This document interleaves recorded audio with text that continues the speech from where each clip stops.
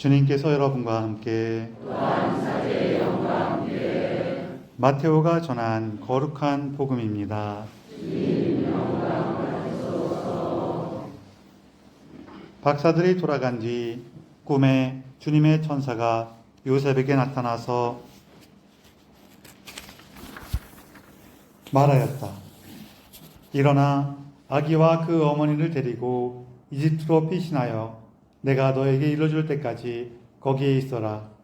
헤로데가 아기를 찾아 없애버리려고 한다. 요셉은 일어나 밤에 아기와 그 어머니를 데리고 이집트로 가서 헤로데가 죽을 때까지 거기에 있었다.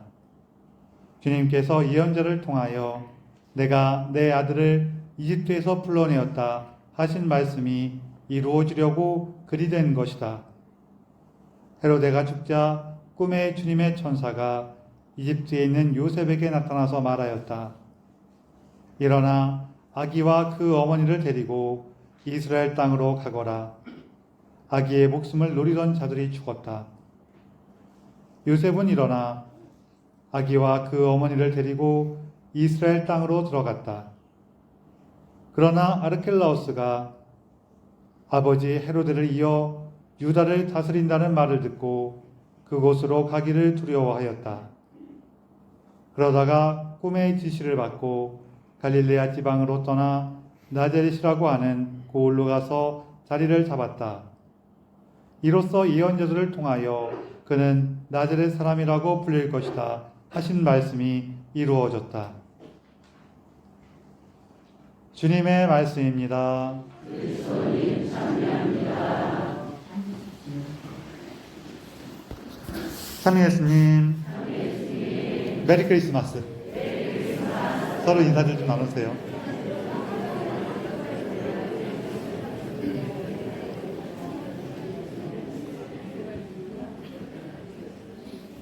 우리가 새해 인사를 설날 지나고도 한동안 계속 하잖아요. 마찬가지로 우리 성탄 시기에는 계속 성탄 인사를 하는 거죠.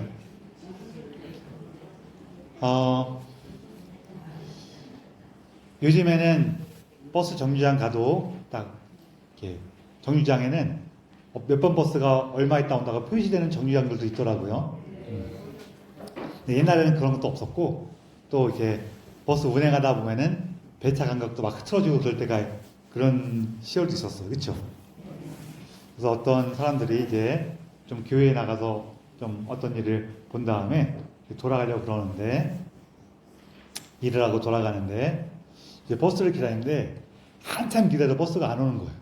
버스가 도저히 안 오니까 안 되겠다 해갖고 다 같이 기차를 타고 돌아가기로 했어요. 기차를 딱 타갖고 기차가 출발하는데 버스가 세 대가 나란히 오는 거예요. 그걸 보면서 좀 화가 나요? 화가 안 나요? 화가 나갖고 거기 사람들이 막 짜증도 내고 화도 내고 막 그러고 있었어요. 근데 한 사람만 빙긋이 웃고 있는 거예요. 그러면서 조용히 혼자 하는 말이 뭐였냐면은, 그래 봤자 기차가 더 길지. 무슨 얘기냐면은 버스가 세 대가 나란히 와봤자 버스가 길어요, 기차가 길어요? 기차가 길지요. 네, 무슨 얘기인지는 아시죠? 우리 다 짜증나고 화나는 순간에도 무엇을 보느냐에 따라서는 우리 마음이 바뀌어요. 오늘 우리 예수 마리아 요셉의 성가정 축일을 보내고 있습니다. 누가 가정을 이룰 때 부부가 혼인을 하고 자녀를 낳고 가족들이 함께하면서 이렇게 가정이 만들어지는데, 결혼에 대해서, 혼인에 대해서 여러 가지 금언들이나 명언들이 막 있어요. 하는 말도 있고 되게 많은데, 제가 비교적 최근에 들은 말 중에서 너무 인상 깊은 말이 있었어요. 결혼이 뭐냐 하는 이 말에 대해서 뭐냐면은 이 말이었어요. 혼자였으면은 생기지도 않았을 문제를 둘이서 해결하는 거, 이게 결혼이래. 이해되셨어요? 혼자 살면은 안 생기는 문제인데 같이 사니까 생겨, 문제가. 그러니까 같이서 둘이서 그 문제를 어떻게 해야 되나라고 풀어가는 거예요. 이게 결혼이라는 거예요. 재밌다고 굉장히 재밌다고 생각을 했어요. 이게 우리가 문제라 그러니까 골치 아픈 일만 생각하는데 사실은 되게 다양한 일들을 얘기하는 거예요. 뭐냐면 예를 들어서 혼자 살면은 자녀가 생겨요, 안 생겨요? 같이 살면은 생기죠. 그럼 생기지도 않았을 자녀에 대해서 같이 사니까 얘를 어떻게 키우실지 고민하게 돼요, 고민 안 하게 돼요? 이런 것까지 포함해갖고 마찬가지라는 거예요. 다양한 일이 결혼이에요.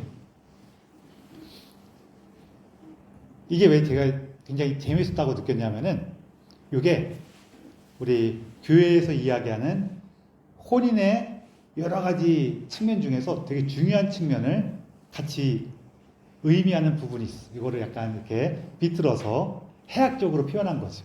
약간 또 우습게 유머러스하게 표현한 거란 말이에요. 우리 보통 혼인 얘기할 때도 주로 하는데 결혼을 왜 해요? 혼인을 왜 해? 왜 할까요? 그렇죠. 제가 이렇게 혼인 면담하러 온 이렇게 젊은 남녀들이 와서 얘기하면은 제가 꼭 물어봐요. 왜 혼인하려고 합니까? 그래갖고 이렇게 받아내려고 한 답이 뭐냐면은 사랑해서 혼인하려고 합니다. 이렇게 얘기하는 걸 담으려고 그래요. 근데 이게 사실은 조금 문제가 있어요. 제일 중요한 문제는 나중에 얘기하고 좀 나중에 얘기하고 간단한 문제부터 얘기하면요. 우리가 언제부터 사랑해서 혼인했겠어요? 이거 굉장히 최근 일이에요. 옛날 분들을 기억해 보시면은 내가 사랑하는 사람하고 혼인해 아니면 집에서 정해준 사람하고 혼인해. 그냥 정해준 사람하고 혼인해. 이런 어떤 연애 감정이나 로맨스로 혼인한 거는 굉장히 최근 일이지 옛날에는 그런 거 좀 오히려 드물었어요.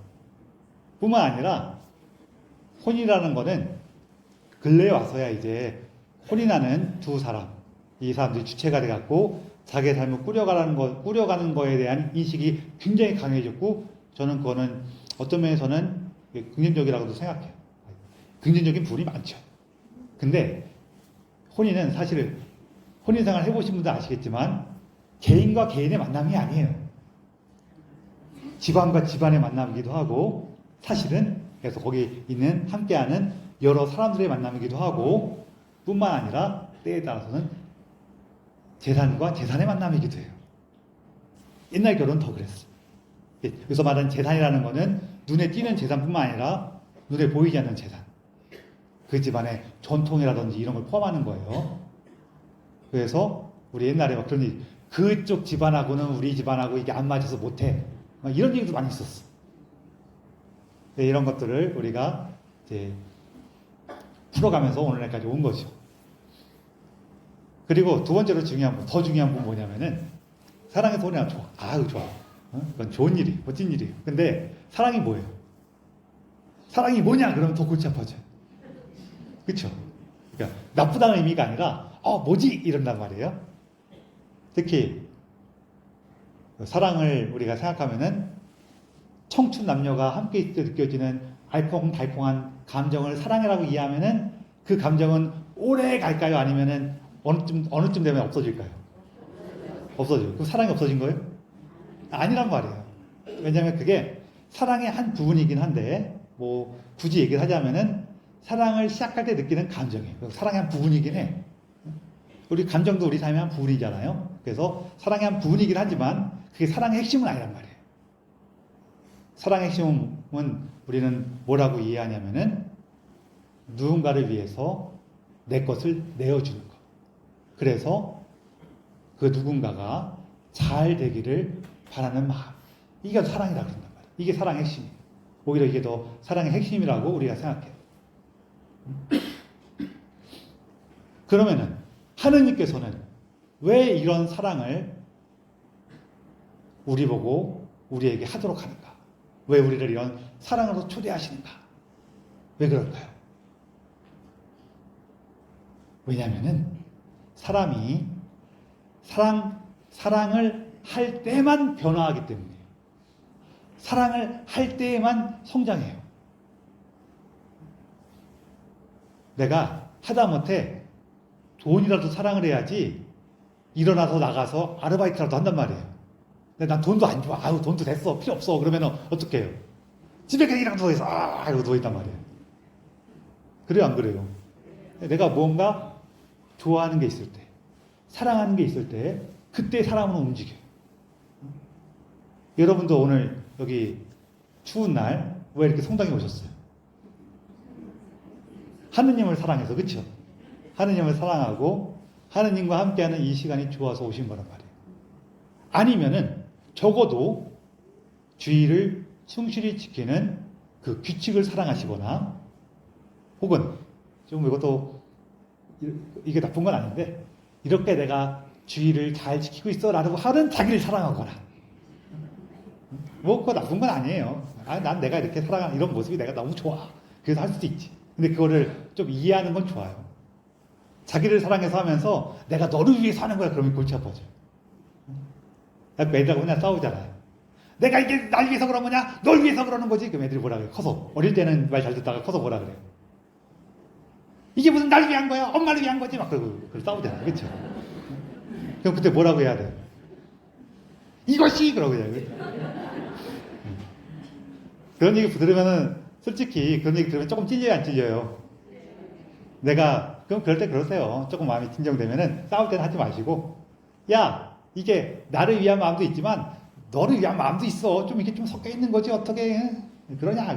그러세요. 뭐 나쁜 것도 아니고. 어쨌거나 그래서 우리가 사랑하는 게 있을 때 움직여요. 그리고 그 가운데에서 사람은 계속 성장하고 성숙한 기쁨을 누리게 돼요. 그래서 하느님께서는 우리를 성숙함으로, 이 기쁨으로 초대하시고 이끄시기 위해서 우리에게 사랑을 하도록 부르시는 거예요. 그래서 우리가 이렇게 사랑 안에 있다 보면은 성장하거든요. 어떻게 하면 알 수 있냐면요. 혼인생활 한 30년 이상 지난 다음에 딱 힘겨운 일이 딱 벌어지면 어때요? 딱 힘겨운 일이 벌어지면은 품속에서 지갑을 꺼내서 딱 펼쳐서 자기 아내나 남편의 사진을 딱 보면서 뭐라 그래요? 내가 이 사람하고도 살았는데 못할 게 뭐가 있으랴. 성장한 거예요? 안 성장한 거예요? 성장했단 말이에요. 이렇게 사람이 사랑 안에서만 성장을 해요. 그런데 여러분들 딱 듣다 보면은 또 내가 살아봐서 알지만 이렇게 사랑 안에서 성장하는 게 쉬워요, 어려워요? 어려워요. 어렵다 보니까 사람이 제정신으로 하려고 그럴까요? 안 하려고 그럴까요?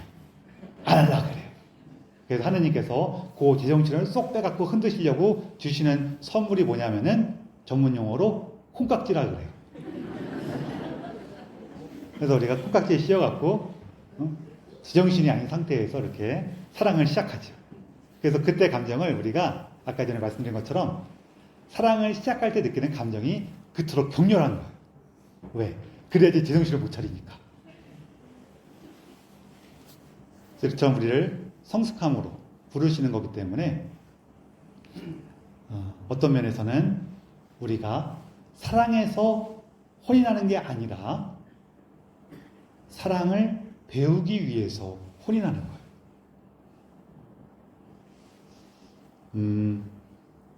그리고 그 안에서 우리 성숙함으로 나아가고 성숙함을 배우게 되죠. 그래서 이 가정에서 가장 힘적인 건 뭐냐면요. 이처럼 하느님의 부르심 안에서 응답하는 거예요. 여러분, 조금 길어져도 신부님들 얘기해도 될까요? 그래요. 제가 이게 그냥 오늘 뺄라 그랬는데. 근데 이렇게 하시면 그럴 거 아니에요.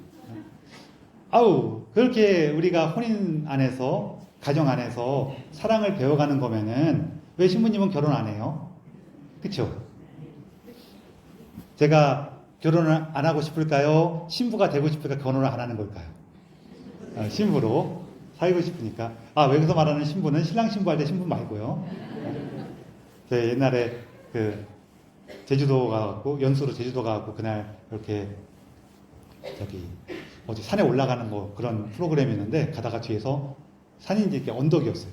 제주도는 이렇게 오름이라 했고 넓은 언덕 같은 산들이 많잖아요. 올라간 뒤에서 신부님 여기 보세요 하고 딱 쳐다봤더니 저하고 같이 가던 신부님들 딱 쳐다봤더니 저기서 웨딩 촬영하고 있었어.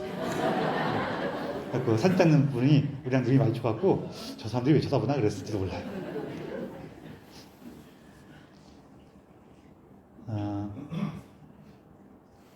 저기가 왜 여기 혼인 안 하냐면 역사적으로 여러 가지 의미가 있는데 그 결과 좀 우리가 경험하게 되는 게 있어요. 뭐냐면은 제가 이렇게 신부 생활을 봤더니 성격이 부드러운 신부님은 부드럽게 고집이 세고 남의 말을 안 듣고요. 성격이 강한 신부님은 강하게 고집이 세고 남의 말을 안 듣고요. 조용한 신부님은 조용하게 고집이 세고 남의 말을 안 듣고요. 이렇게 활동적인 신부님은 활동적으로 고집이 세고 남의 말을 안 들어요. 자꾸 왜 이렇게 남의 말 안 듣고 고집이 센가 하고 이렇게 봤는데 우리 선배 신부님이 해주신 얘기가 있었어. 그 말이 맞는 것 같아요. 뭐냐면은 우리 세상을 딱 살다 보면은 우리가 접하게 되는 많은 매체들을 보면은 노래건 드라마건 영화건 하다못해 광고도 많은 내용이 뭐냐면은 멋진 이성을 만나서 함께 살면 행복해요 이렇게 맨날 나와. 그쵸? 그쵸? 나오죠. 노래도 사랑에 대한 얘기 되게 많고 그래서 그걸 매일 듣다 보니까 그런가? 그게 참 행복하고 좋을까? 해서 혹해서 넘어간 사람은 다 나갔어. 이렇게 남의 말 듣는 사람들은 다 나갔어. 남은 사람은 누구예요? 그거 맨날 들으면서도 뭐래? 나 안 해. 그런 사람만 남은 거예요. 그러면은 대중에서 제일 고집세고 남의 말을 안 듣는 사람만 남아서 신부가 된 거야. 그러니까 여러분 이제부터는 우리도 마음을 바꿔야 돼요.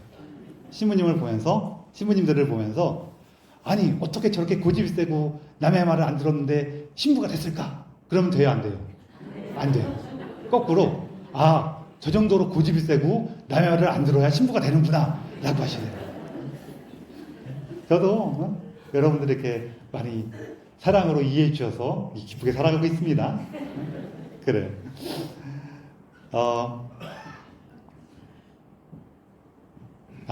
가정 안에서 우리가 성장하는데 그러다 보면은 하느님의 부르심에 계속 귀를 기울이는 게 가장 중요해요. 우리가 오늘 성가정이라고 기념하고 있는 예수, 마리아, 요셉 이 성가정도 되게 재밌는 가정이에요. 왜냐하면은 아버지는 남편이 아니에요. 어머니는 남편은 아버지가 아니에요. 어머니는 아내가 아니야. 아들은 인간이 아니에요.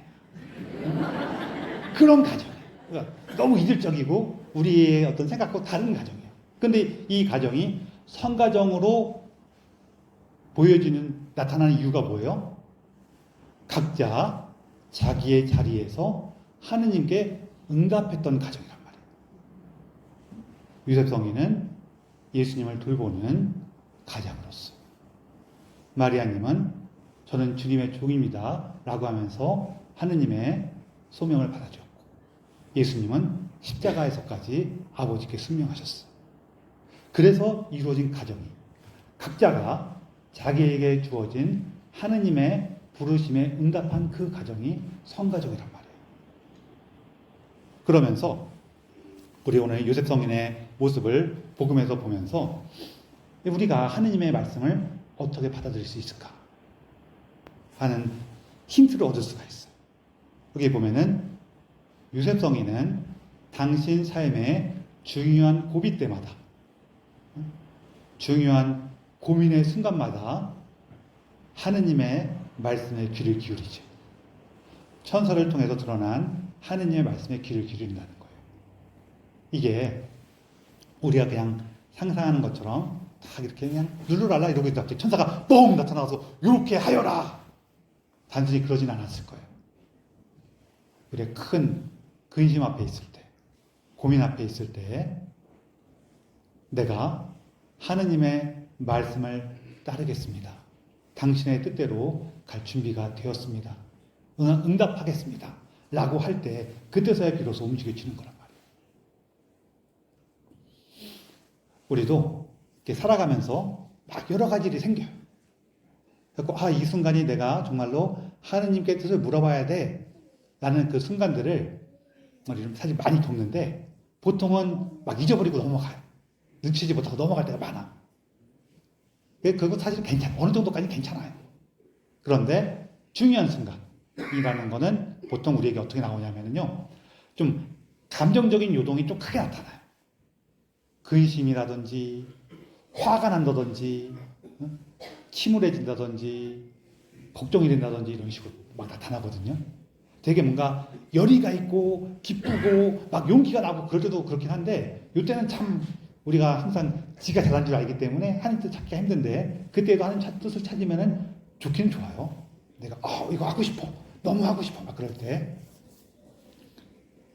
때 이제 먼저 하느님께 가서 얘기를 하는 거예요. 예수님이나 뭐 성모님도 좋아요. 가서 얘기를 하는 거예요. 예수님, 제가 요즘에 이것 때문에 너무 화가 나요.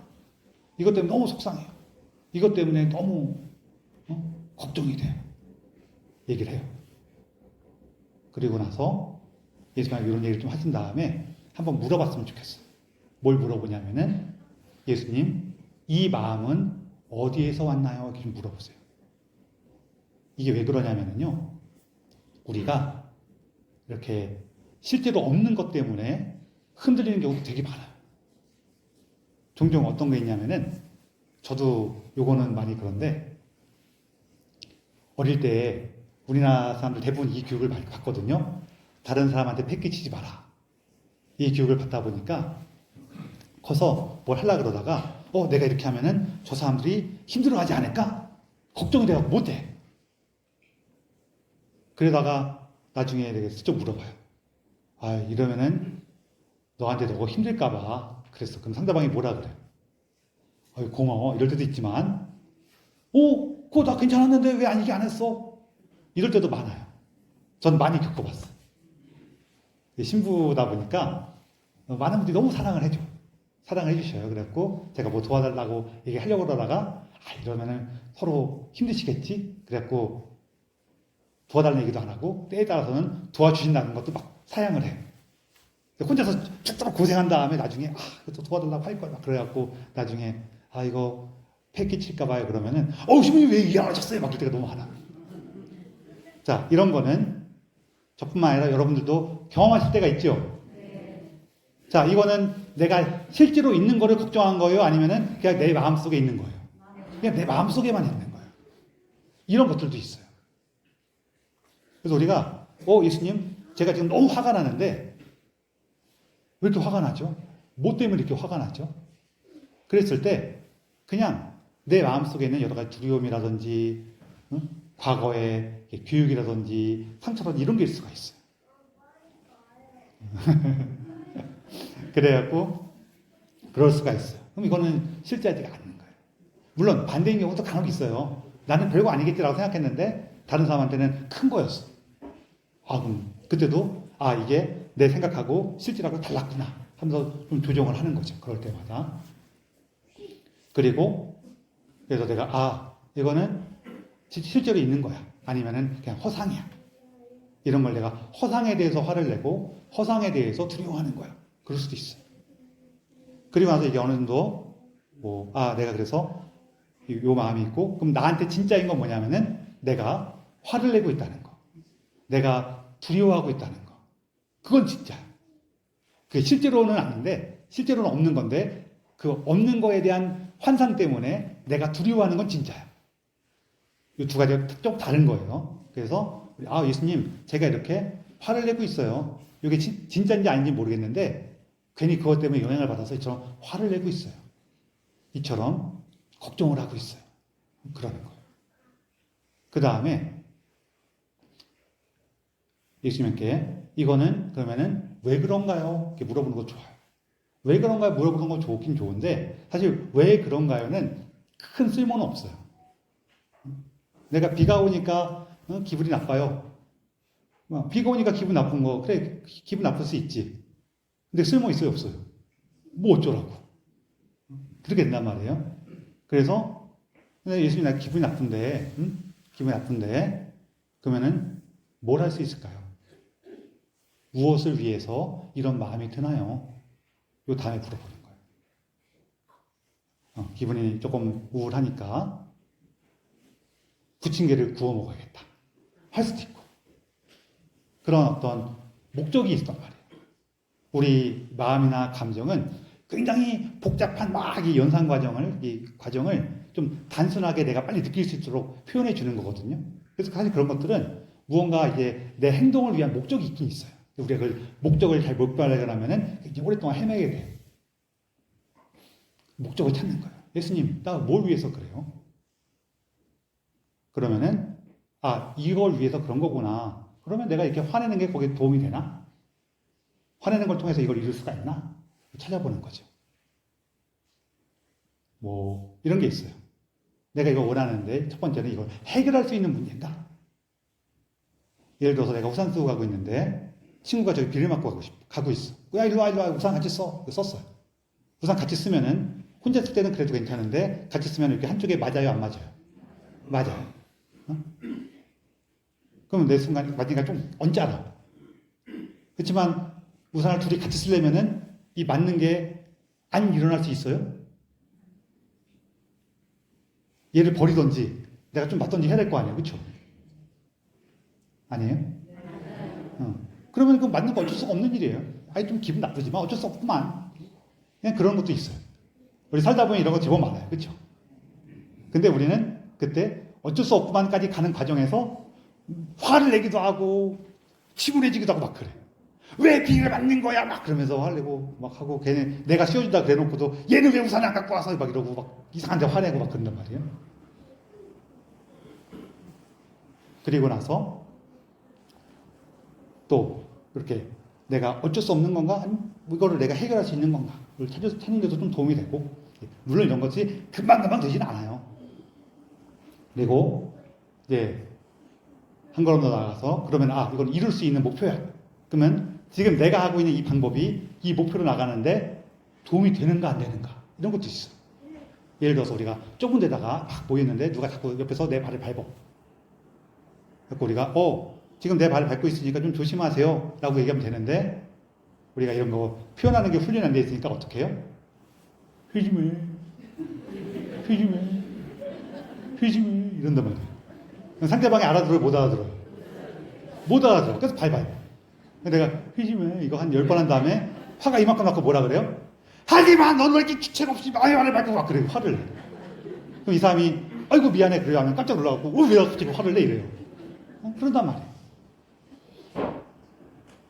물론 우리가 한번 화내봐갖고 이렇게 화내면은 내 뜻이 전달이 제대로 안 되는구나. 왜냐면 이 사람은 내가 이렇게 화를 내잖아요. 그러면은 발을 밟지 말라는 얘기구나라고 이해를 못하고, 쟤는 갑자기 화를 내는 이상한 사람이야 이렇게 돼요. 그거를 목표로 한다면은 그럴 수도 있는데, 이게 화를 내는 거는 큰 도움이 안 되네. 그러면은 흐지마 이것도 도움 안 되네. 그럼 어떻게 해야 되지? 하고 방법을 찾아보는 거죠. 왜요? 많이 해보셨어요? 그래요. 그래서 당해도 보셨다고요? 당해도 보기도 하고 우리가 하기도 하고 당하기도 하고 그래요. 그래서 그래 이제 곧 끝내줄게. 끝내줄게, 걱정하지 마. 자, 그래서 그거를 예수님께 물어보는 거죠. 그 안에서 우리가 하느님의 뜻을 찾고 고민하고 만나는 과정에서 우리가 성장해요. 제가 말씀드린 거는 이렇게 굳이 이렇게까지 우리가 안 해도 우리가 자연스럽게 배워가는 거긴 해요. 그런데 그 자연스럽게 배워가는 것을 좀 더 명확히 하면은 잘 찾는데 도움이 되겠죠. 네, 그런 부분이 있다는 거예요. 그래서 여러분들, 우리 성가정이라는 거는 이처럼 가정에 한 사람이 하느님의 뜻을 찾고 그 뜻 안에서 살아가기 위해서 고민하고 노력하고 하느님의 은총을 청할 때 이루어진다는 거 기억하시면서 우리가 사랑 안에서, 가정 안에서 이처럼 하느님을 찾고 만나면서 성장해 가는 거구나라는 것을 기억하시고 그 은총을 충만히 누리기를 청하면서 이 기사를 봉헌합시다.